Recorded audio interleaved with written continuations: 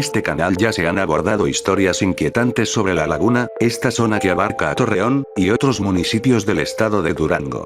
De todos los problemas sociales que aquejan a esta región, la más tocada ha sido la del crimen organizado. Hace ya unos meses, un fiel seguidor del canal, se comunicó con nosotros por Twitter para aportar información y sugerir el tema de este vídeo.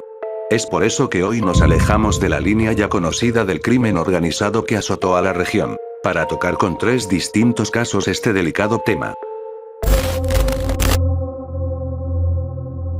Regidor Francisco José Meléndez Gursa, quien fuera subdirector de Ingeniería de Tránsito y regidor del Ayuntamiento de Torreón durante la alcaldía del panista José Guillermo Anaya Llamas, además de primo del priista Luis Gursa Haidar, actual administrador general de recaudación de Coahuila, fue sentenciado en 2020 a 60 años de prisión por el delito de abuso a menores.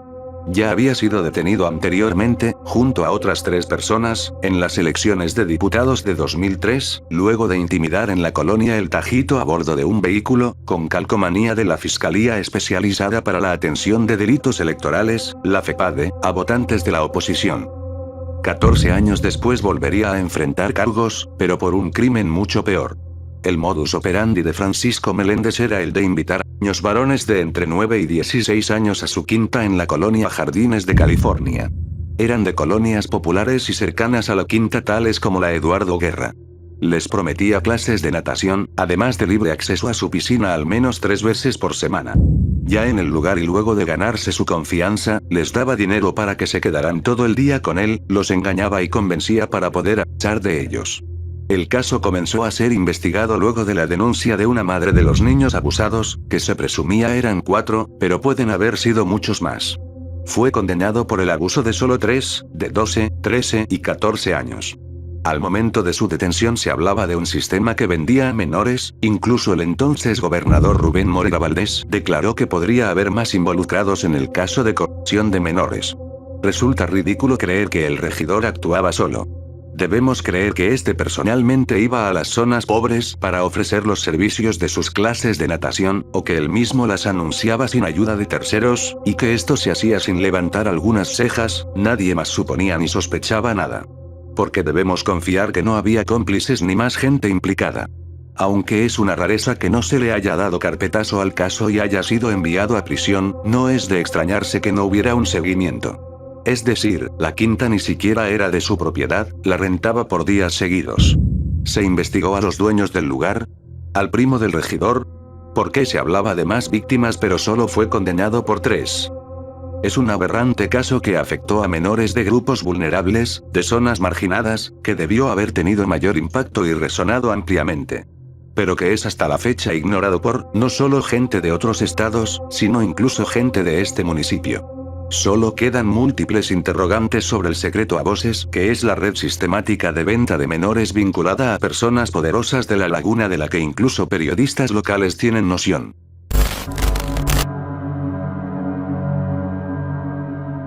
Sacerdocio. David Pérez Ortiz, ex sacerdote, fue víctima de abuso en 2001 cuando era seminarista en la diócesis de Torreón.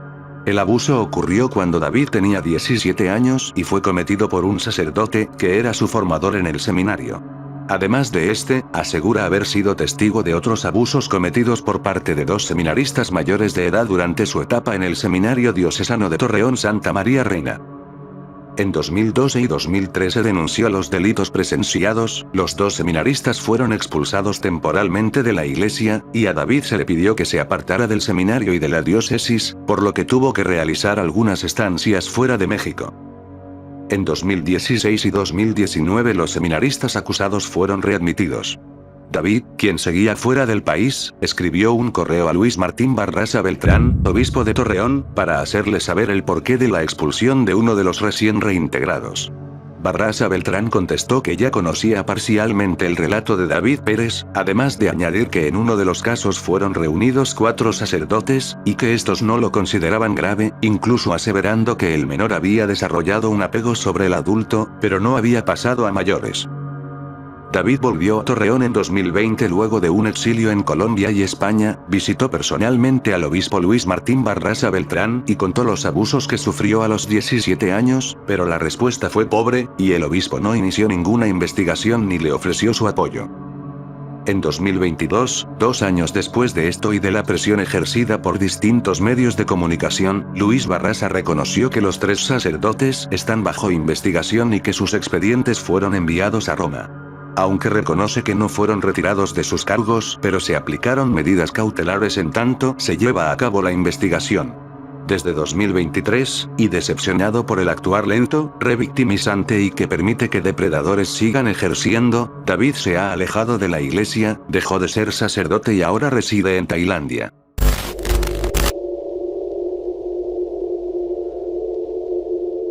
El tendero. El sábado 2 de enero de 1999, Enrique Busquets Casanova salió de su casa a atender su negocio de videojuegos, centro de inteligencia artificial, ubicado en la avenida Washington, de la colonia San Isidro.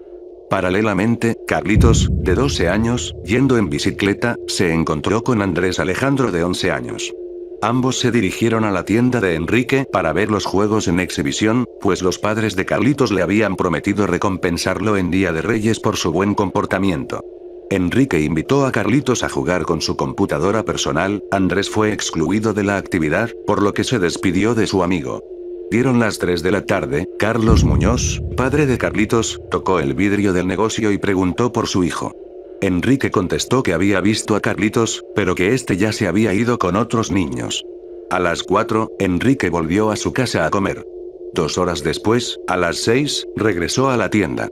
Estuvo en su casa a las 8 de la noche, y para sorpresa de su esposa, se ofreció a salir para comprarles hamburguesas a ella y a sus hijos. Esta tarea debía tomarle minutos, pues el negocio de comida rápida estaba a solo 4 cuadras y él iba en su camioneta. Pero se prolongó y volvió a ser visto en su casa luego de otras 2 horas.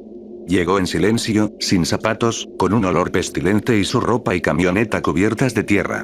Los padres de Carlitos no habían dejado de buscar al niño por todos los lugares posibles. A las 11 de la noche, luego de que finalmente denunciaron su desaparición, el cuerpo de Carlitos fue encontrado por la policía municipal en un terreno abandonado en la calle Cuautitlán y Calzada Ávila Camacho. Al día siguiente, el 3 de enero, Enrique intentó vender su camioneta, cambió el tapiz de los asientos y todo el asiento trasero. Unos meses después, tramitó el divorcio, abandonó su casa y dejó dinero con su mujer, con claras instrucciones de ser repartido entre jueces, agentes del Ministerio Público y sus abogados. Inicialmente, la corrupta Procuraduría de Justicia del Estado intentó fabricar culpables. Incluso el entonces Procurador de Justicia, Óscar Calderón, llegó a declarar que el niño había muerto jugando a las luchitas. Todo apuntaba a Enrique y a su tienda de videojuegos, pero la policía no aseguró la computadora, ni cateó el lugar, aunque tiempo después se sabría que era una tapadera de una red de distribución de contenido ilegal con menores. El procurador tuvo que dejar el caso a Juan García Chapa, quien había pertenecido a un grupo antisecuestros. Fue un muy lento y corrupto caso. En un sistema funcional hubiera bastado con el hecho de que las llantas de la camioneta de Enrique seguían marcadas en la tierra del baldío en el que fue encontrado Carlitos, o el hecho de que todos los testigos declararon que él había sido visto por última vez jugando con la computadora en la tienda Centro de Inteligencia Artificial, pero esto es México, así que hubo irregularidades durante todo el proceso. Enrique fue amparado por autoridades locales, incluso hubo un peritaje con polígrafo realizado por un exagente del FBI, contratado por el papá de Carlitos, que detectó que Enrique había mentido en todas sus declaraciones ministeriales. Pero esta prueba misteriosamente se extravió, al igual que distintos retratos hablados. Como muchos criminales mexicanos, Enrique huyó a España. Juan García Chapa revisó la camioneta de este y en el asiento trasero encontró una fibra de la playera de Carlitos. Luego de esto, Chapa dio casa a Enrique en chats de la época. Se hizo pasar por un niño y el criminal mordió el anzuelo. De esta manera, pudieron saber que Enrique se encontraba en la nación peninsular. Aún con esta información, las autoridades de Coahuila no actuaron, tuvieron que recurrir al consulado español. García Chapa llegó a declarar entonces que el trasfondo del caso era una red de abusadores que operaban en la región y que estuvieron protegiendo a Enrique. En septiembre de 2004 Enrique Busquets fue arrestado con la intervención de la Interpol en Barcelona. En Torreón, Enrique consumía contenido con menores en su casa, incluso en frente de sus hijos, según declaraciones de su esposa. También confesó que comerciaba con dicho material en su tienda. Esto no cambió en su estancia en Europa. En las madrugadas, luego del trabajo, Enrique llegaba a un local público de Internet, donde seguía visitando sitios con material audiovisual ilegal. Fue capturado en el contexto de un operativo por la denuncia de una red de abusadores de menores radicada, precisamente, en Torreón. Finalmente fue extraditado a México el 14 de noviembre de 2005, en diciembre de 2006 fue sentenciado a 20 años de prisión, y en 2010 se le duplicó a 40 años, pero esto no duró demasiado y volvió a la condena original de 20. En 2018 su defensa pidió su libertad anticipada, pero le fue negada. Actualmente se encuentra recluido en el penal de Saltillo, cumpliendo una sentencia de 20 años, 19 de ellos prontos a cumplirse. Investigaciones hechas por los padres de Carlitos encontraron que tuvo nexos con una red de abusadores laguneros de la industria del algodón y textil, que conduce al infame Jan Sukar Kuri, el principal responsable del caso Los Demonios del Edén. El problema del abuso infantil, especialmente aquel que involucra a grupos de poder, es demasiado complejo al ya estar enraizado en nuestra sociedad. Pero si de algo puede servir el hablar de estos temas, es que no se mantengan como tantos males de este país, de los que todos saben pero son cómplices al callar. No son casos aislados, no somos ajenos a esto y no debemos ignorar el elefante en la habitación. La denuncia y difusión es tal vez la única arma con la que contamos como canal. Siéntanse libres de compartir ya sea por Facebook o Twitter los casos de los que tengan conocimiento, o si cuentan con más información sobre los de este vídeo. Recuerden dar like y compartir, si gustan pueden suscribirse, ya estamos próximos a llegar a los 5000 suscriptores, nos vemos pronto en un siguiente vídeo. ¡Hasta pronto!